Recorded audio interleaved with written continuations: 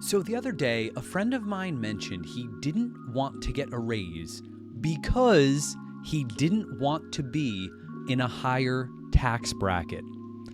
And I'm thinking, what are you, nuts? You have no clue how tax brackets actually work. So let's start from the beginning here. You will never lose money by making more. Now, don't take that out of context. I'm not talking about for all things, all money, all investments. I'm just saying, as far as tax brackets go, you will never lose money to taxes because you make more money.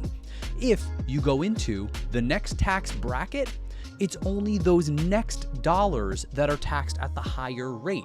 The money that's in the lower brackets, it's already being taxed at the lower amounts. It's not like you break into a new tax bracket and then the hammer of tax justice comes flying down on you and crushes you at the new rate, because then everyone would want to stay in the low brackets where you're 10%, 12%. That sounds great.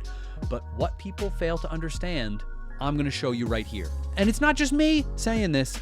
Look at the data. I'll show you. Here we are looking at Google tax brackets. Your top result, federal income tax rates. This is irs.gov. This is not rocket science. Let me draw your attention to something fascinating. Okay, this tells you everything you stinking need to know. So if you make up to $11,600, you're going to be taxed 10%. If you make over $11,600, where do you go? Taxable income from $11,601 to $47,150 is what is being taxed at 12%. So did you catch the difference there? The first dollar you make up to $11,600 is going to be taxed at 10% no matter what. That's the amount you're getting taxed. Then from $11,600 up to $47,000, that next bracket, those dollars are taxed at the next tax bracket amount, 12%. And this is for 2024. It changes pretty often, the exact numbers, but it's a rough idea. Future years will be different, but that's what it is right now. But let's keep going. Same thing is true for all the next tax brackets. Between $47,000 up to $100,000, you're getting 22% as your tax rate. So huge jump. If you're making $47,000, that amount below $47,000 is going to be taxed at 10% and 12%. But then once you're hitting $48,000, $47,151 actually, 22%. Then same thing, 24% from $100,000 up to nearly $200,000, and then from $200,000 to $250,000, it's at $32,000, $250,000 up to $609,000 is $35,000, and as soon as you're above $609,351 annual income, $37,000. Doesn't go up any higher. And let's scroll down a little farther here so you can see what I mean. So here, how does this work? This is exactly what I just said. If you make $58,000 a year, roughly the median for the US, the bottom portion is taxed at 10%, up to $11,600. The next portion is taxed at 12%. It's only those next dollars that are taxed at 22%. So this graph says it all. Let's say you were sitting at $46,000 and your boss says, I'm going to give you a raise and it's going to be $50,000 now. And you're thinking, oh no, I don't want to get taxed at 22%. I love 12%. That's so much better. My friend was thinking I should avoid getting the raise because I don't want to be hit with 22% tax.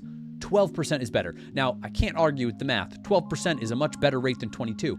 The thing he was missing is that it's only those top dollars. It's only anything above $47,150 that's taxed at that higher rate. So it's never a bad thing to get that raise. It's only those future dollars that are going to be taxed at a higher amount.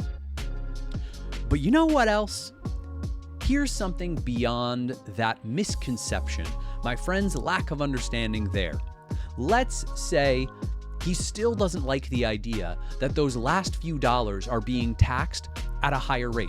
He says 12% is so much more. I like getting taxed at that amount. It just feels wrong to be almost double that at 22%. Well, obviously, you take the raise anyway, and then you put that money in a 401k. So if you put it in the 401k, that's pre-tax dollars that no longer is going to be counted towards your taxable income. So none of your dollars are going to be taxed at that 22%. So that could be what you do. Let's say you're getting paid that $50,000, you put $3,000 into your 401k. Now, none of your dollars are going to be taxed at that higher amount. I mean, not too bad, right? Not too bad. So, in conclusion, before you assume crazy things and make decisions about your income and raises and all this complicated stuff, do the simple move, the simple thing, and you just Google it. You just Google tax brackets and you click on the IRS information and you look at a little bit more of a detailed breakdown of what that can mean. You know, something else that can affect your tax bracket, you could donate things, charitable giving, then you're not going to have to pay it. You're going to take the standard deduction anyway, so some of those top dollars aren't going to be paid at that amount. So there are many reasons to not freak out about this. All right, I think you're catching my drift now. I think I've made my point clear. If you want to make more money, but you're worried about the taxes, don't be worried like that. There are things you can do to lower your taxable income. So if you could potentially make more, push for that raise. Go for it. Turning down additional money because you think that you are going to make less when you make more, complete misunderstanding. Google it, go to the IRS website, try to understand it. They have good information out there, but you're watching a video like this, which means you already care on some level. Glad we can set the record straight. Well, thanks for watching. Hope this was interesting to you and maybe saves you some money or makes you some money. Thanks for watching.